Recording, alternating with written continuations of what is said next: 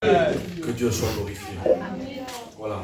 Premièrement, je tiens à m'excuser de notre retard, parce qu'on a pris la pluie. Et deuxièmement, je tiens aussi à excuser le pasteur du Portugal, que normalement, la logique, c'était qu'il soit au milieu de nous. C'était lui ce matin qui devait être au milieu de nous. Moi, j'étais juste accompagné. Mais en ce moment, au Portugal, je ne sais pas si vous voyez un peu les informations, il y a une grande tempête et ça saccageait beaucoup de villes. Et le jour où il devait partir, prendre l'avion pour venir à Barcelone, bien sûr pour aller à Perpignan, il n'a pas pu embarquer parce que c'était la panique totale. Mais le frère se tient à s'excuser au milieu de l'église et du responsable. Et ce matin, voilà, c'est moi alors qui, par la grâce de Dieu, va vous apporter le bon message que Dieu a mis dans mon cœur. Parce que Dieu dispose toujours ses serviteurs à pouvoir apporter un mot. Et ce matin, ce que tous qu'on a besoin, c'est, bien sûr, il y a des hommes qui savent très bien parler, très bien avoir un bon discours. Mais ce matin, ce qu'on a vraiment besoin, c'est que Dieu nous parle. Amen. Parce qu'au jour d'aujourd'hui, vous voyez bien un peu tout ce qui se trame, tout ce qui, de la façon dont notre mouvement évangélique bouge. Tellement de fausses doctrines, tellement de séduction, tellement de choses qui viennent à notre, je pourrais dire, à notre direction pour essayer par tous les moyens du possible à nous éloigner de ce livre-là. Je disais dernièrement à quelques personnes qui étaient avec moi, des fois on veut suivre notre propre voie et c'est là qu'il y a les dangers. Et je disais, si on ne veut pas se tromper par lui, ce n'est pas avec notre raisonnement propre. Les frères, la jeunesse, les anciens, les serviteurs de Dieu. Moi, je viens avec tout le respect. Je te vois et tu le sais que je te respecte beaucoup et que je te considère beaucoup. Mais si on ne veut pas se tromper, il y a un panneau indicateur. C'est la parole. Amen. Si on ne suit plus la parole, automatiquement, on se trompera un jour ou l'autre dans notre vie chrétienne. Mais si on ne veut pas se tromper, il faut suivre. Amen. Ce qu'elle me dit. Amen. Amen. Amen. On n'a pas le droit de passer à côté de ça. Si on passe à côté, c'est que nous-mêmes on est à côté. Il n'y a pas d'autre parole. Mais nous, ce matin, on veut regarder, se plonger à ce que la parole nous conduise, nous guide, nous parle, nous conseille, nous épaule, nous éduque. Au jour d'aujourd'hui, excusez-moi les frères, excusez-moi, je le dis ce qu'il y a dans mon cœur. Aujourd'hui, je m'aperçois, on fait le tour de toutes les églises et on s'aperçoit de quelque chose. L'église d'aujourd'hui est mal éduquée. Et on a besoin, et ça, je m'en excuse, mais c'est un peu notre faute à nous, les frères, serviteurs, les ministères. Parce qu'on n'éduque pas l'église conformément à la parole. On essaye d'éduquer l'église à l'agitant, mais l'agitant, ça n'existe pas là-dedans. C'est vrai. Il n'y a pas de gitan catalan, gitan portugais, gitan espagnol, gitan égyptien. Non, il n'y a pas. Il n'y a que la parole de Dieu. Amen. Et Dieu, jamais il ne va descendre sa parole pour s'organiser à notre propre vie à nous. C'est vrai. Non. Dieu ne rabaissera jamais sa parole. C'est nous qu'on doit, pas par notre moyen, on va le voir, pas par notre moyen, mais par le moyen de l'Esprit de Dieu. Parce que nous, on croit que l'Esprit de Dieu nous parle, nous conduit, nous éduque, nous enseigne, nous reprend. Nous, on croit que l'Esprit de Dieu fait cela en nous. Amen. Ah, vous m'avez fait peur. Nous, on croit que l'Esprit de Dieu vit en nous, dans la vie du croyant. Amen. Et plus que jamais, on a besoin que l'Église de Dieu soit concentrée sur la parole. Alors, j'ai un message ce matin, quelques notes que j'ai notées ici, et on va le voir ensemble. Vous savez, la vie chrétienne, c'est une vie où c'est une construction. Et une construction, on ne peut pas commencer par le toit. Il faut la commencer par le début. Parce qu'il y a un début dans la vie chrétienne. Je dis une petite entre-parenthèse, vous me le permettez? Il y a beaucoup de nouvelles naissances dans nos églises. Oui, il y en a beaucoup, mais malheureusement, ils sont nés adultes. Avec 3 jours, ils connaissent tout, ils savent tout, ils peuvent tout. Parce qu'un adulte, on ne peut pas le conseiller. Un adulte, on ne peut pas lui apprendre. Un adulte, on ne peut pas l'apprendre à marcher, à parler, parce qu'il sait tout. Et aujourd'hui, il y a des soi-disant qui savent tout parce qu'ils sont nés adultes.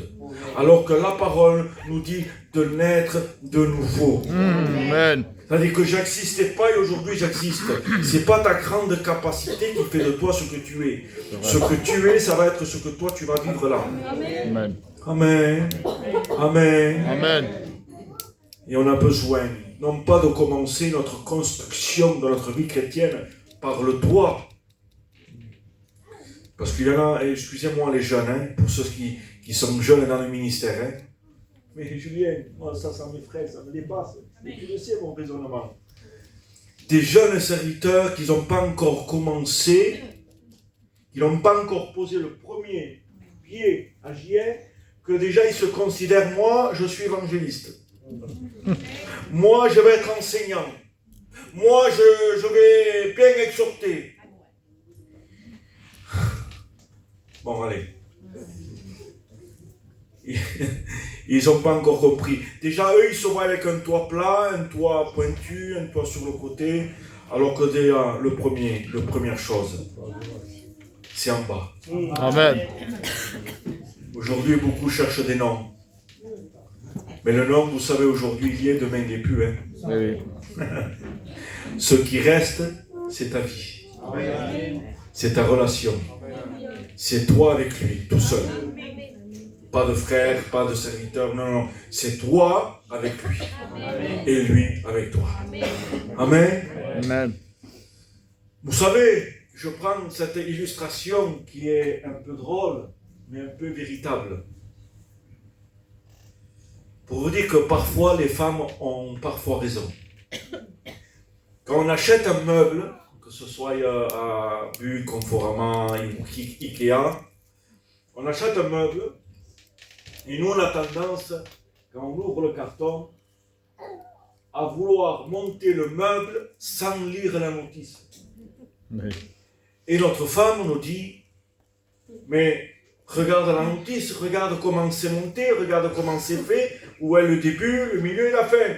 Et nous on a tendance à dire, mais c'est fait, oh. Je sais le faire moi, j'ai pas besoin de la notice. Et là on commence à monter le meuble, une planche, 2 planches, 3 planches. J'en ai fait l'expérience avant-hier. Clac, clac, clac.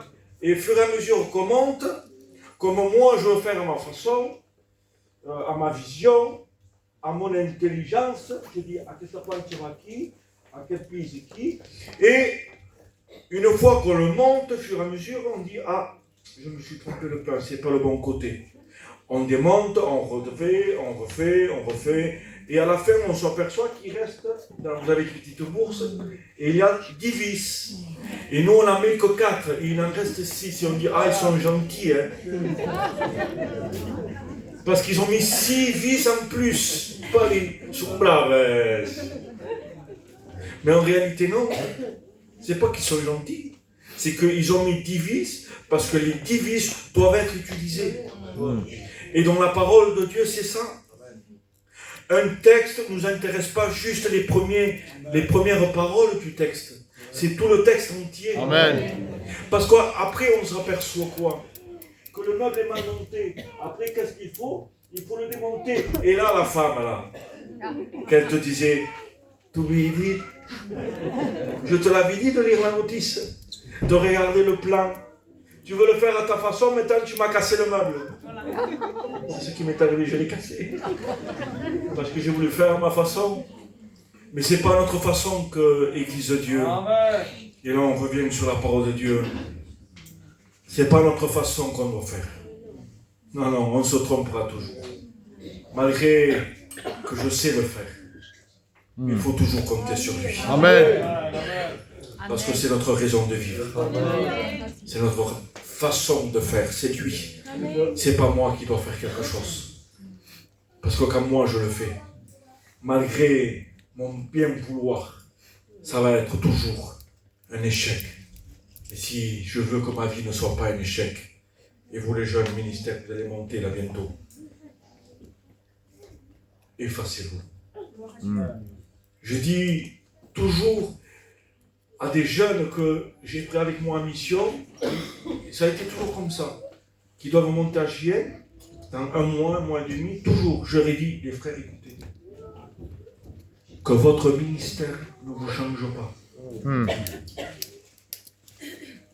Il y a des jeunes qui sont un morceau de pain juillet. Dès qu'ils ont le ministère les change. On ne peut plus leur parler. On ne peut plus leur donner un conseil. On a même peur, parfois le comité, tu sais Julien, on a été ensemble, j'ai travaillé avec toi pendant un an, on a même peur d'aller voir un jeune étudiant pour le reprendre. Parce qu'il croit maintenant qu'il est important.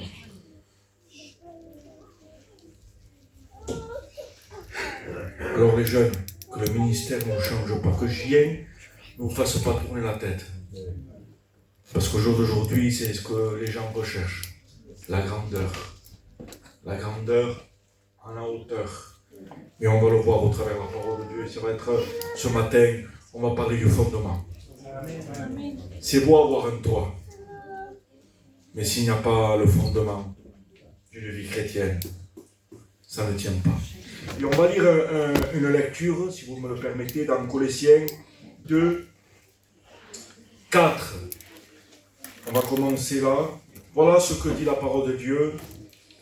Il va dire ainsi, « Je dis cela afin que personne ne vous trompe par des discours séduisants. Car si je suis absent de corps, je suis avec vous en esprit, voyant avec joie le bon ordre qui règne. » Vous voyez, on parlait tout à l'heure que l'Église a besoin de quoi? D'être éduquée. Non pas être éduquée dans le monde gitan. Non, non, non. Mais éduquée dans la parole de Dieu.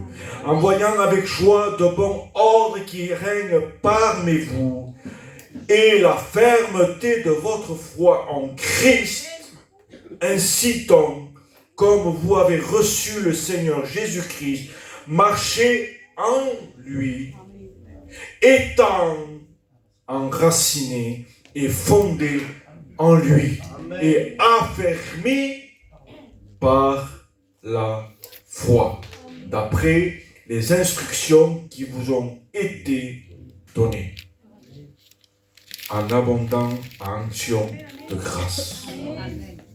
Amen et Amen. On va parler ce matin du fondement. Comme je vous ai dit, il y a tout pour nous stopper, tout pour nous arrêter, tout pour nous séduire. Le monde est là pour nous séduire. Même le monde évangélique est là pour nous séduire. Un peu d'auteur, ça nous fait tourner la tête. On se croit tellement important. On est appelé à droite et à gauche.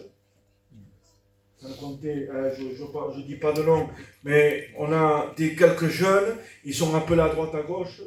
On dirait que ce sont des rois, que ce sont les stars. Faisons doucement qu'on est à l'affiche. Parce que c'est un danger.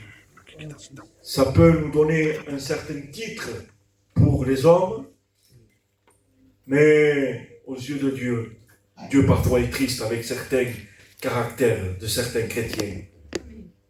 Ils croient qu'ils ont tout compris, ils croient qu'ils ont tout fait, alors qu'en réalité, c'est lui qui a tout fait. Amen. Nous, on n'a rien fait. Qu'est-ce qu'on a fait? On a apporté notre misère à Dieu. Et Dieu, dans sa grâce, dans son amour infini, Dieu est venu et nous a accaparés et nous a attirés vers lui. Et là, Dieu nous met en garde par rapport à ce que Paul va déclarer, que personne ne vous trompe par aucune séduction. Et il y a tout, frères et sœurs.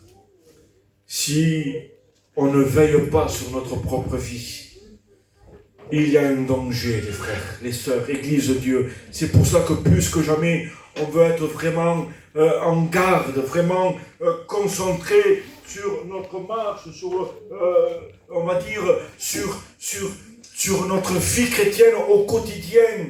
Parce que, vous savez, une parole, un geste peut être mal interprété. Et là, à un moment donné, tout peut stopper, peut déclencher quelque chose. Mais nous, ce matin, on va être concentrés sur la parole de Dieu. Amen. Amen.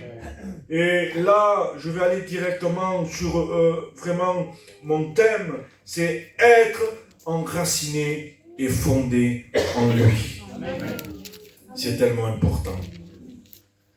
Le mot enraciné, être bien fondé, c'est quoi? C'est tout simplement le mot fondement veut dire force. Avoir de la force. Parce qu'au jour d'aujourd'hui, être chrétien, il faut être fort. Si on n'est pas fort, on n'y arrivera pas. Fort pour résister. Parce que croyez-moi, il y a des vents contraires. Il y a certains moments où le soleil brille, où c'est calme. Mais comme ce cantique, il y a le cantique, je crois, qui, dans une belle journée, un soleil brillait, mais le tout à coup. Eh oui, le tout à coup est là parfois. Ce n'est pas parce que on a une bonne marche chrétienne que jamais on va être affronté devant la tempête. C'est pas parce qu'on a la tempête qui vient sur nous, ou qu'on est malade, ou qu'il y a des problèmes, que dire ah, il n'était pas chrétien lui alors. Non, ça ne veut rien dire, Julien. Parce que le malheur atteint le juste comme l'impie. C'est ce que Dieu déclare. Il le dit. Je fais tomber la pluie sur le méchant comme sur le bon. Mais un résiste et l'autre non. Et au jour d'aujourd'hui, on est confronté à des vrais chrétiens, parce que malheureusement, il y a des vrais chrétiens, mais il y a des faux. Et moi, c'est moi qui le dis. Et je dis heureusement qu'il y a des faux. Parce qu'on ne pourrait pas alors considérer les vrais.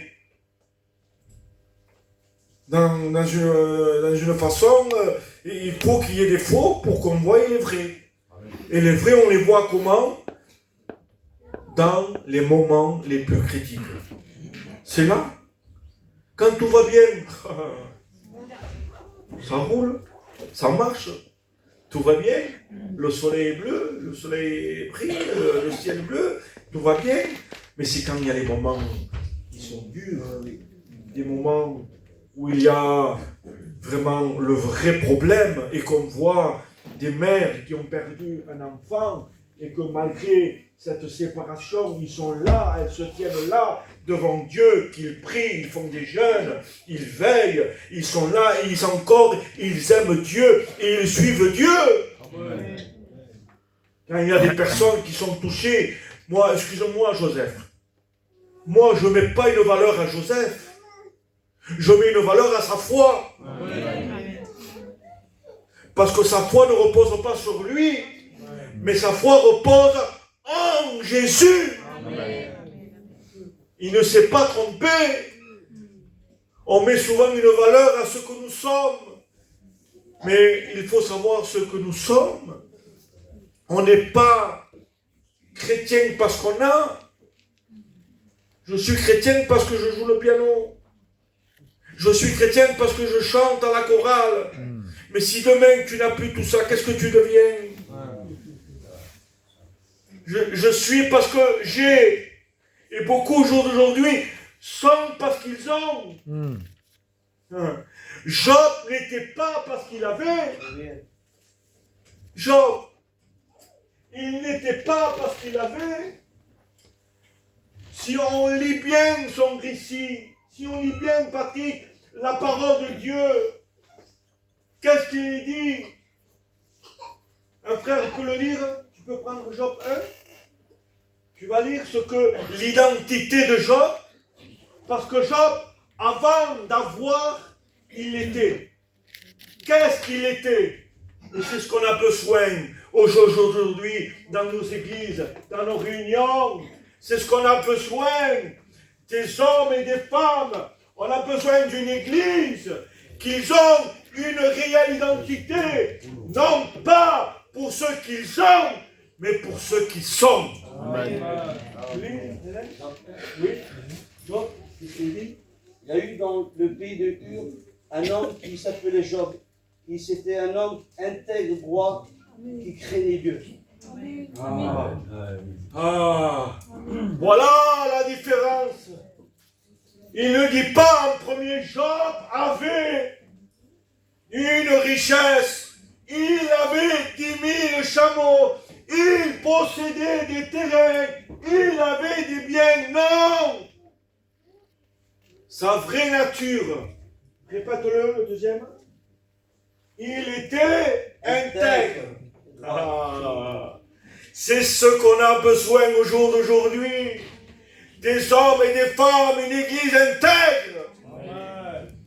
De l'intégrité, voilà ce qu'apporte un vrai fondement, Julien. Une intégrité, non pas un local, un mur, mais mon intégrité à lui. Amen. Ça vaut plus que tout cela. L'intégrité à Dieu. Laisse que les gens disent ce qu'ils veulent de toi. Mais toi, suis Dieu. Amen. Par rapport à ton intégrité à toi. Amen. Ton intégrité vaut plus que l'or. Il y a aujourd'hui, malheureusement, des gens qui sont parce qu'ils ont. C'est différent, ça, Julien. Hein? Il y a une grande différence. Je suis parce que j'ai. Mais si demain, j'ai plus rien. Ça a été le cas de Job. Job, il avait des serviteurs, des chameaux, de l'or, des biens, des terrains, tout. Mais à un moment donné, le ciel s'est obscurci. Le ténèbre est venu. Un serviteur, Job, les enfants étaient tous là, réunis, mangeaient, buvaient. Mais là, un grand tourbillon, un grand vent est venu. Ils sont tous anéantis. Job, on a pris tout. Tu n'as plus rien. Malheureusement, il y a des chrétiens. Bon, ma soeur, tu chantes plus à la chorale. Dieu m'a dit que maintenant, c'est plus toi, c'est l'autre. Qu'est-ce qu'il te reste? C'est quoi ta réaction? À moi, je ne suis pas d'accord. À moi, je vais faire la guerre. Hein? À moi, le pasteur ne sort pas comme ça même. Hein? Mais qui tu es pour discuter l'ordre de Dieu? Qui sommes-nous pour dire non à Dieu? Ah, si le frère chante, moi aussi je veux chanter. Aujourd'hui, c'est ça. Si lui, il a son tour, moi aussi je veux avoir mon tour. Si lui monte à chien, moi aussi je veux être à chien. Ah, sinon, je parle, hein. Parle pour toi et pas pour les autres. Oui. Tu parles ainsi parce que tu n'es pas intègre devant Dieu. Parce que celui qui est intègre, il aime Dieu. Amen.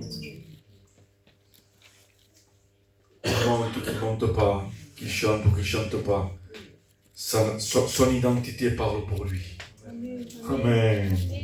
Amen. Amen. Ah oui. Malgré que Job avait tout perdu. Mais ses pieds, comme dira, je l'ai noté ici, qu'on dira dans le psaume, il dira, le rocher est un terrain solide. Amen. Ah, ce matin, je t'exhorte, Église de Dieu, frères et sœurs, dans ta maladie, dans tes difficultés, dans tes problèmes, je t'exhorte à fonder ta vie sur le roc. Le roc a un nom, c'est Christ. Ah, ce nom. Quelle construction de construire sa vie sur le rocher. C'est un terrain solide. Ça tient de la solidité. Si vous savez, la solidité sert à quelque chose. C'est que s'il y a un vent qui vient, je n'ai pas l'habitude, mais je vais le faire ce matin. Vous me le permettez de faire quelque chose? Amen. Je viens de tout faire. Je viens, c'est mon ancienne. Hein. Je vais prendre 2 frères. Il n'a pas les maîtres un peu. Voilà, pas que, hein.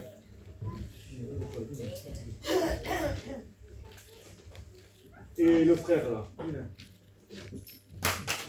lui il est plus gros, lui il est plus grand, hein.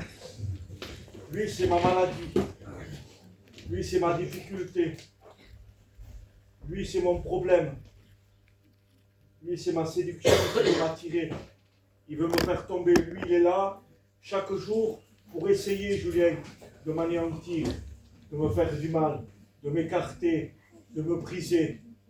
Mais le problème, moi je le vois, hein, bien sûr, il est plus grand que moi, il est plus fort que moi. Et s'il me pousse, pousse-moi. Je ne sais pas quoi, pousse-moi. Non, mais vous avez vu, moi là, on dirait que je suis là. Mais s'il me pousse, vas-y. Je bouge. Ça me fait bouger. Amen, amen. Voilà quelqu'un qui n'est pas de fondé. Amen. Il n'est pas solide. Malgré que j'ai 48 ans et qu'il en a 20, c'est pas mon expérience qui va me faire tenir. Oui. Ce n'est pas ma capacité à bien prêcher qui va me faire tenir. Amen. Ce n'est pas ma voix de beau chanteur Amen. qui va me faire tenir. Malgré qu'il me pousse, ma solidité n'est pas stable. Alors, je vais toujours trébucher, je vais toujours aller en arrière. Mais regardez maintenant. Aguantame. Pousse-moi. Je ne bouge pas. Pourquoi? Amen, amen. Parce que le fondement, c'est bon les frères, le fondement, le roc, Amen. le roc me soutient. Si tu ne veux pas que ton problème te renverse, pose tes pieds sur le roc. Le roc est une ferme assurance. Ah, il n'y a pas mieux que le fondement de Dieu. Il est dit, le fondement de Dieu reste debout. Le vent peut souffler. Les disciples ont fait la première expérience du vent. Ils sont montés dans une barque. Et au moment de la traversée, le vent a soufflé. Sûrement, ils ont dû se dire entre eux, entre Pierre, entre Jean, entre Jacques, tous, en disant, les frères, on est habitués, nous, on est habitués, hein, c'est notre travail, on est habitués à que le vent souffle, alors on va faire ce qu'il faut, hein. Mais à un moment donné, ils se sont aperçus que leurs propres moyens, il n'y en avait pas assez pour combattre le vent. Non, ils vont dire, Seigneur, tu coules mon frère, ma soeur, spirituellement, c'est dur, tu n'y arrives pas, tu n'arrives plus à combattre. Des vrais combats, hein. Pas parce que le pasteur ne te fait pas passer l'offrande. Pas des combats, ça. Quand tu es proche de la mort, quand il y a des problèmes qui viennent sur toi, là, c'est des problèmes vrais. Pas parce que le pasteur ne te fait pas chanter. Et tu boudes. Il y a des bonheurs spirituels. Ils boudent pour rien. Parce que le pasteur n'a pas dit bonjour, parce que le frère n'a pas dit bonjour, parce qu'il ne t'a pas appelé boire un café aussi. Non, des vrais problèmes, des vrais soucis, que quand tu rentres chez toi, ton mari, parce que tu es venu à la réunion, te frappe. Ça, c'est des vrais problèmes. Et que toi, tu as placé ta foi dans le Seigneur. Et là, tu te dis, Seigneur, je crie à toi. Lève-toi, Seigneur, et défends-moi. Ne te défends pas toi tout seul. Tu n'y arriveras pas. Tu n'es pas assez solide pour tenir. Mais il faut un appui derrière toi. Il faut que le roc de la parole t'appuie. Il faut que la parole te consolide. Amen. Quand on consolide quelque chose, on peut mettre un billet, quelque chose, mais on a beau le déplacer. Mais si tu ne veux pas que le vent te déplace, considère-toi. Il n'y a pas mieux que la parole. Amen. Ah, le vent peut souffler. Mais le maître se lève. Quand le maître se lève, un petit enfant, quand c'est pas on le gronde, il a peur, il se cache. Mais quand il a son père ou le grand-père encore plus, quand il y a le grand-père qui vient ou le père qui est à ses côtés, là il torse son torse, il le met en avant, il dit quoi maintenant? Il dit mon papy là. Amen. Ah, c'est ce que Jésus veut faire. Il veut cacher l'enfant et il veut se montrer. Amen. Et c'est ce que Jésus a fait. Il s'est levé au bon moment. Jésus se lèvera toujours au bon moment. Tous les hommes vont dire, ah ça y est, c'est fini. On ne le verra plus. Ça y est, on a gagné. C'est là que Dieu se lève. Amen. C'est là que la justice de Dieu fait éclater. Amen. Et l'homme maladroit, l'homme doit reconnaître son efficacité parce qu'on ne peut rien faire sans lui. On a besoin de lui constamment dans notre vie chrétienne. Alors je te dis ça, mon frère, ma soeur, ne te trompe pas. Dans la construction, les nouveaux que vous venez, c'est bien de venir à l'évangile, mais n'essaye pas de construire ta vie à ta propre façon, à toi, à ta propre conception. Non, viens te baser sur la parole de Dieu. Ah, tu ne te tromperas jamais. Non. C'est un GPS spirituel qui va t'amener toujours à la bonne direction, qui va te faire prendre les meilleures décisions. Ne prends pas aucune décision sans que Dieu t'en inspire. Amen. Je dis quelque chose, peut-être je vais me faire tuer. Je pars de l'église. Parce que Dieu m'a parlé. C'est pas vrai, Dieu ne parle pas pour que tu te sépares de ton église. Je ne connais pas, je ne crois pas ça. Dieu m'a parlé pour faire la division. Alors Dieu va contre sa parole. Parce que Dieu dit que la division vient du diable, Satan. C'est lui qui crée la division, c'est pas Dieu. Alors qu'aucun chrétien vienne nous dire à nous, Dieu m'a dit de faire une division. Alors ton Dieu, c'est pas le Dieu qui unit. Ton Dieu, c'est Satan. Il n'y a pas autre porte à dire ça. C'est ça, c'est le chemin. Parlez. Tu es là de faire une division. Alors, le Dieu que tu sers, ce n'est pas le Dieu vrai de la parole, c'est le diable que tu sers. Non. Dieu va toujours, le fondement de Dieu va toujours t'unir avec la personne qui est à côté de toi. Amen. Parce que la fondation fait unir. Amen. Amen. Amen. Et c'est beau une église unie. Amen. Un groupe uni. Amen. Dans la même pensée, dans la même direction. Ah, que le jeune écoute l'ancien, que l'ancien écoute le jeune. Que c'est beau ça. Que des sœurs soient unies dans la même pensée. Même que tu sens que la sœur se trompe, Mais va. Va dans sa direction. Écoutez, va dans sa direction. Mais après, elle va s'apercevoir. Julien, et après, on s'aperçoit. Ah, elle avait raison, la sœur. Ma sœur, tu avais raison. Mais pourquoi tu m'as dit? Parce que je voulais te laisser faire. Ah, mais je te remercie. Ça va encore plus unir la sœur avec toi et le frère avec toi. La parole est là pour nous unir, les frères. Elle n'est pas là pour nous désunir. Le fondement de Dieu reste debout. Amen. Amen. On a besoin, oui, on a besoin. C'est quoi? C'est la force. C'est la stabilité, on en a parlé.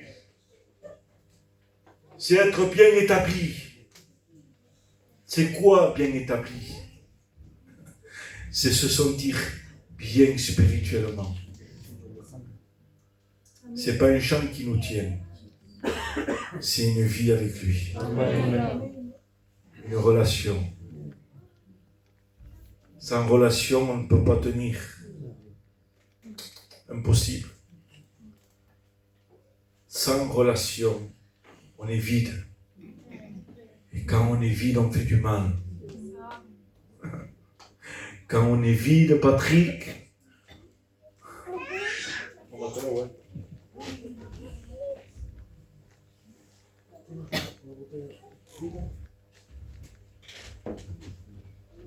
quand il n'y a pas de relation, on est vide ou à moitié.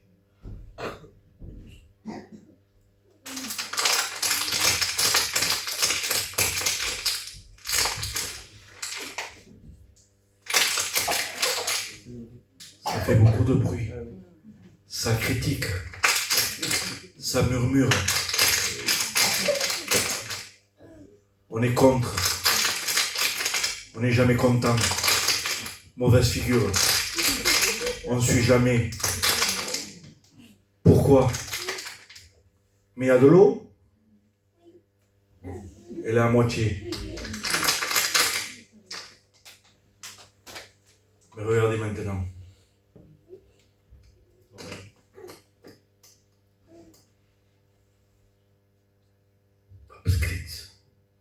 Fais pas de bruit. Pourtant, il y a des problèmes qui l'oppressent. Ne fais pas de bruit. Pourquoi? Pourquoi fais pas de bruit, cela? C'est le même contenu, c'est la même matière, mais la différence, c'est qu'elle est pleine. Quand on est plein de l'esprit, quand on est rempli, qu'on a une vraie relation, on ne critique pas.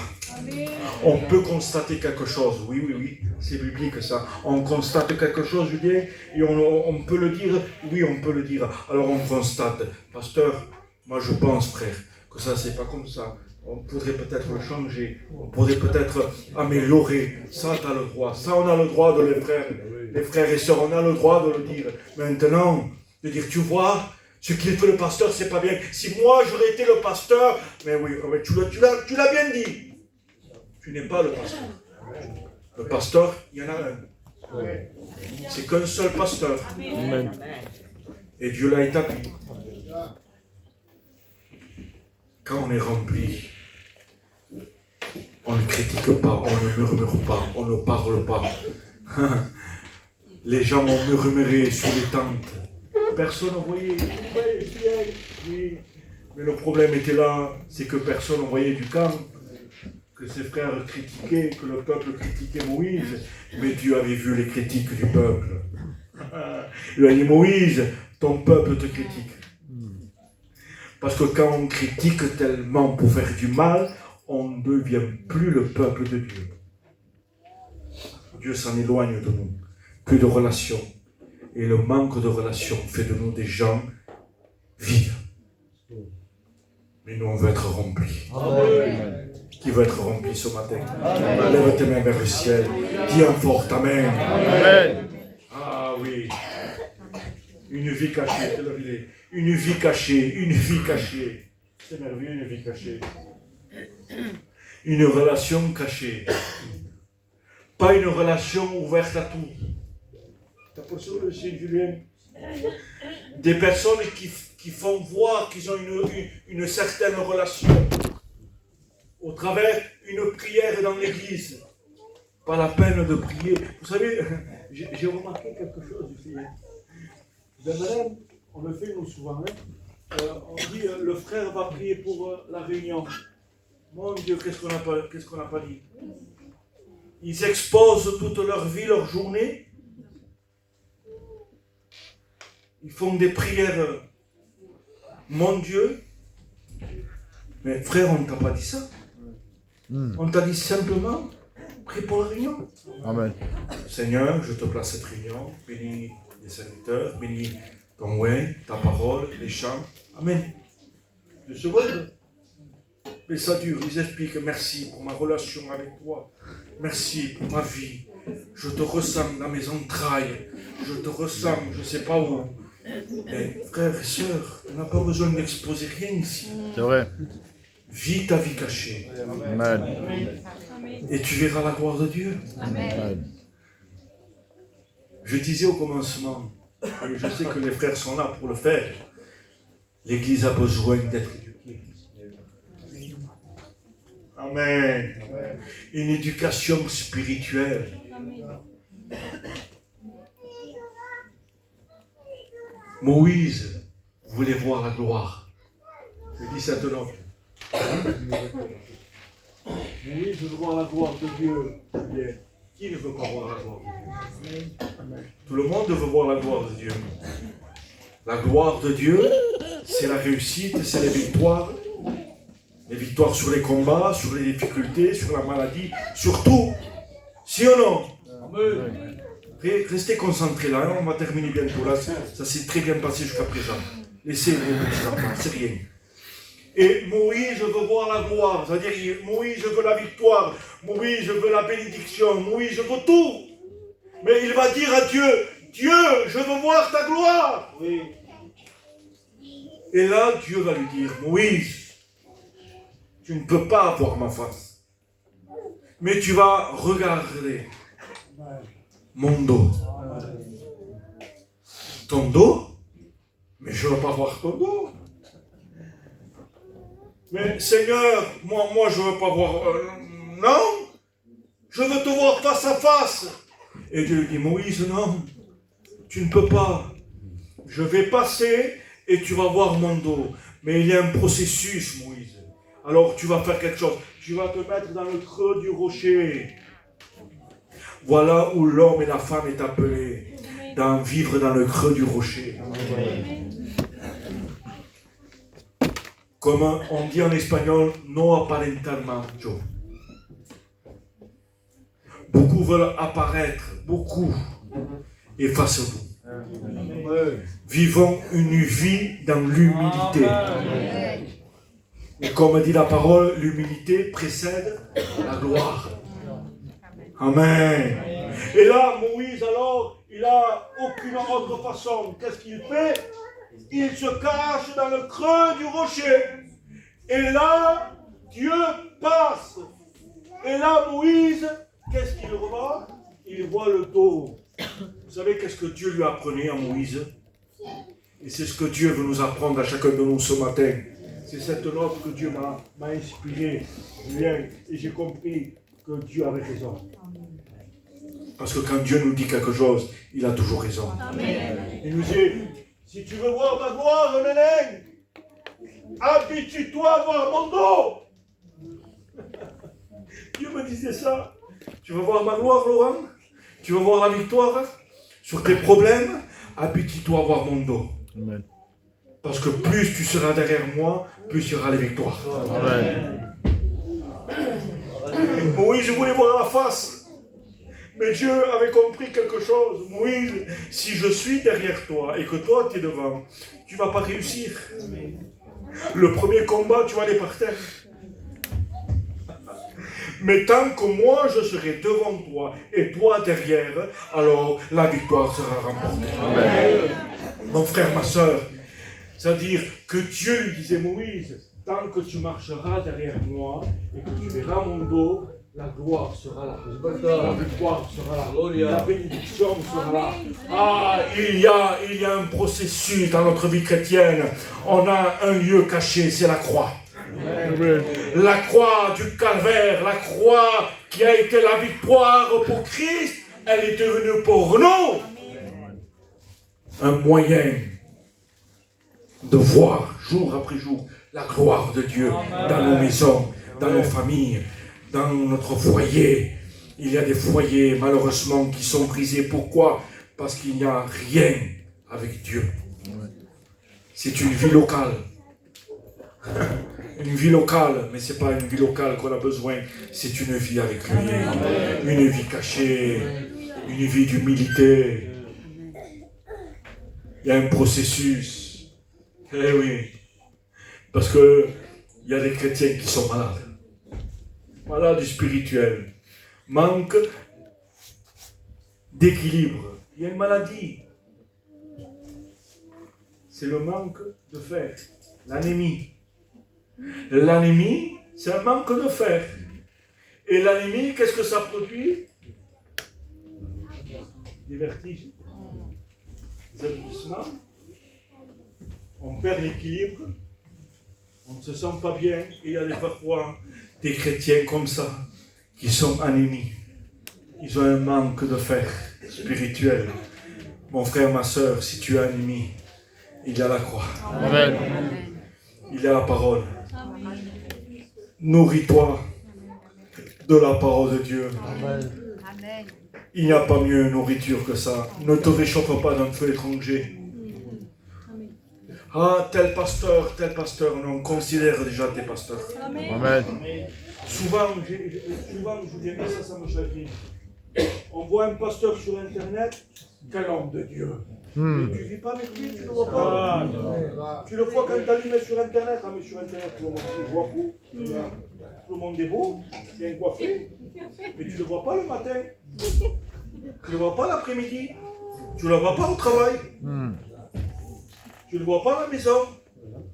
Toi, tu le vois juste derrière un pupitre. Et tu dis, quel homme de Dieu. C'est vrai. Tu ne le connais pas, tu dis un homme de Dieu. Tu considères quelqu'un que tu ne connais pas et quelqu'un que tu connais, que tu le côtoies et que tu vois vraiment que c'est un homme de Dieu, ton corps se dit. Bon, allez, je voudrais dire autre chose, mais je passe. Parce que c'est la jalousie spirituelle, ça. Parce que tu voudrais être comme lui. Tu voudrais lui ressembler, mais tu n'y arrives pas. Je sais pourquoi. Je finis avec ça, les frères. Patrick, je finis avec ça, promis. Allez, je ferme, promis. Parce que ton processus à lui, il a réussi. Mais ton processus à toi n'a pas réussi. Vous savez ce que c'est une chenille? Une chenille. Ça se traîne. C'est ça. Mais il y a un processus dans sa vie de la chenille. Vous savez c'est quoi? C'est qu'à un moment donné, elle doit rentrer dans un cocon. Et il y a un processus qui doit se faire dans sa vie. Et ce processus, si on l'interrompt, qu'on va ouvrir le cocon, il y a une transformation qui est en train de s'effectuer.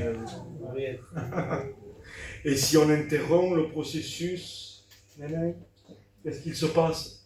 La chenille, comme elle est en transformation, et nous, on stoppe la transformation spirituelle, alors on va ouvrir, et qu'est-ce qu'on voit à l'intérieur? Excusez-moi, un monstre.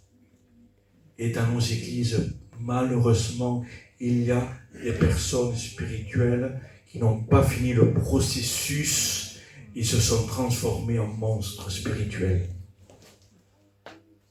Ils font des saccages dans nos églises. Ils tâchent par des paroles, par des faits, par des fausses accusations, par des menaces. C'est parce que c'est des monstres spirituels. Excusez-moi, c'est des chrétiens chèvres. Parce qu'il y a une différence entre des chèvres et des brebis. Les deux sortent dans le parc, les deux sortent manger. Mais à un moment donné, la chèvre, elle, quand elle baisse la tête et qu'elle arrache l'herbe, elle jette la tête en arrière, elle jette la nourriture, elle ne la mange pas, elle n'embale pas.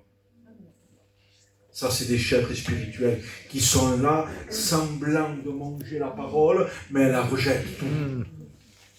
Mais heureusement qu'il y a des brebis. Amen. Quand ils arrachent, ils baissent la tête, ils mangent.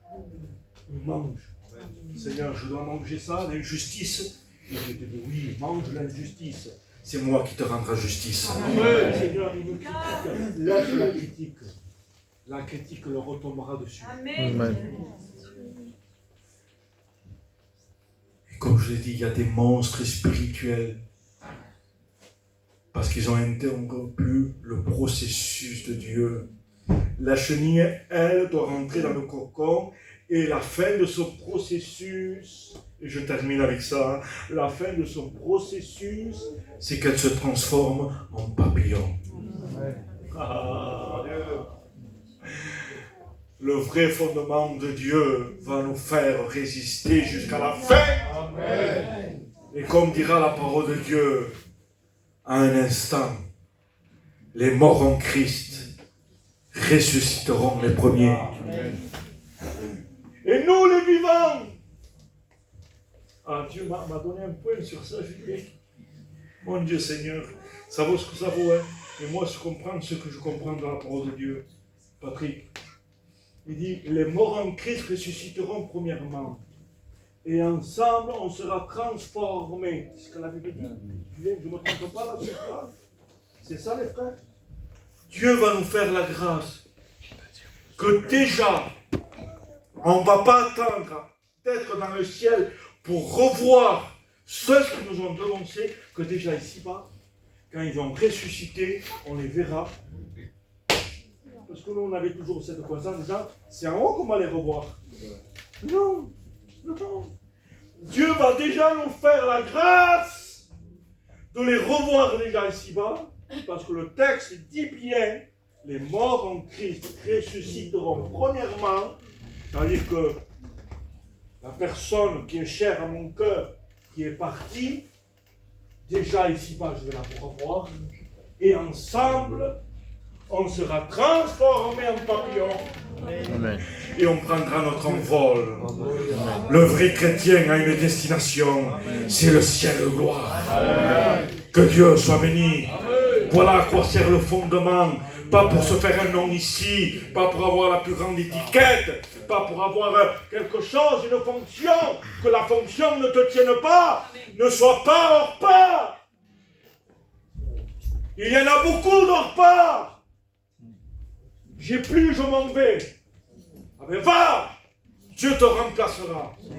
Mais sois rude. Là où tu mouriras, je mourirai. Là où tu iras, j'irai. Ton Dieu sera mon Dieu. Ah oui, moi je veux ce Dieu-là. Ce Dieu de la parole. Le Dieu de créateur. Ah, je dis ça et je termine. Si le monde tâche, le sang de Jésus ne tâche pas. Il purifie. Amen. Et ce matin, on participe à la Sainte Seine. Quelle grâce! Ah, quelle grâce! Le papillon s'envole. Et oui, Église de Dieu, il ne faut que rien nous soit attaché ici-bas. Non, non, non, nous on attend quelque chose, l'enlèvement. Et on sera avec lui, avec Jésus, Amen. Avec les nôtres. Que Dieu soit béni. Amen. Le fondement de Dieu. Le fondement de Dieu reste debout. Alors moi, je ne veux plus me tromper. Si je me suis trompé, ça arrive. Alors, je veux me reprendre. Je veux faire demi-tour. Si tu sais que tu t'es trompé dans ta direction, tu ne vas pas continuer. On n'est pas si insensé que ça. Je me suis trompé, Seigneur. Alors ce matin, je vais me reprendre. Je vais essayer de voir une sortie pour reprendre la route dans le bon sens. Et je vais aller dans la bonne direction. Amen. Si j'ai construit ma vie sans Jésus, je vais me dépêcher de dire, Seigneur, je ne veux plus construire les murs, le toit, mais je veux aller au fondement. Amen. Je veux que mes pieds soient solides. Je veux prendre le rocher, un bon terrain, Gloria a une Dios. bonne surface. Je ne veux plus être ennemi. Non, non, non. Je veux avoir une relation avec toi. Amen. On courbe les fronts. Amen. On ferme. Vous savez, cette lecture, c'est de l'enseignement de l'apôtre Paul dans 1 Corinthiens chapitre 11, verset 23. Il dit ainsi, car j'ai reçu du Seigneur ce que je vous ai enseigné. C'est que le Seigneur Jésus, dans la nuit, fut livré, il prit du pain. Et après avoir rendu grâce, il le rompit et dit, ceci est mon corps, qui est rompu pour vous, faites ceci en mémoire de moi. De même, après avoir soupé, il prit la coupe et dit, cette coupe est la nouvelle alliance à mon sang. Amen. Faites ceci en mémoire de moi toutes les fois que vous en boirez. Car toutes les fois que vous mangez ce pain et que vous buvez cette coupe, vous annoncez la mort du Seigneur jusqu'à ce qu'il vienne. Et je pense que le verset 27 est très important. C'est pourquoi celui qui mangera le pain ou boira la coupe du Seigneur indignement sera coupable envers le corps et le sang du Seigneur. Cela veut dire que chacun connaît sa vie. Moi, je connais la mienne. Et s'il y a peut-être un réglage à faire, eh bien, je n'ai pas besoin que le pasteur me le dise. Je n'ai pas besoin d'une révélation, on le sait. S'il y a peut-être besoin d'une réconciliation, eh bien, c'est ton affaire à toi et tu dois le faire. Même si parfois tu te dis, eh bien moi, c'est pas moi qui a tort. Dans cette affaire, c'est moi qui ai raison. Mais l'homme de Dieu ne cherche pas sa propre raison. Parce que si on regarderait uniquement dans notre raison, combien de mal on ferait. Ça serait plus spirituel, ça serait du domaine de la chair. Et nous ne vivons pas dans le domaine de la chair. Le chrétien est appelé à vivre selon l'Esprit de Dieu. C'est dur pour la chair, mais Paul disait, je traite durement mon corps, à ce fin de ne pas le laisser faire ce que lui veut, mais d'écouter la voix de l'Esprit. Et le verset 28, il est merveilleux, parce que Paul ne donne pas un coup de bâton. Regardez ce que dit le verset 28, il apporte une solution. Il dit que chacun d'entre s'éprouve soi-même. Cela veut dire qu'il y a moyen de réparation. Cela veut dire qu'il peut y avoir un moyen de redresser. Et qu'ainsi ils mangent du pain et boivent de la coupe. Car celui qui mange et boit sans discerner le corps du Seigneur, mange et boit un jugement contre lui-même. Cela veut dire, si tu veux rester dans cette position, je te conseille plutôt de ne pas prendre le culte. Bien sûr que c'est ta décision, c'est pas la mienne. C'est pas le responsable, non. C'est ta décision. Mais si tu veux pas changer, si tu veux rester comme ça, en étant en porte-à-faux, avec les saints emblèmes, la lecture de la Sainte Seine, eh bien, répare, il y a moyen, et tu gagneras avec Dieu. Voilà, je vais demander, je ne voudrais pas terminer toute la lecture, parce que, voilà, c'est pas le but. Je vais demander qu'un frère puisse prier pour le pain, notre frère priera pour le vin, et chaque frère, chaque sœur qui est baptisé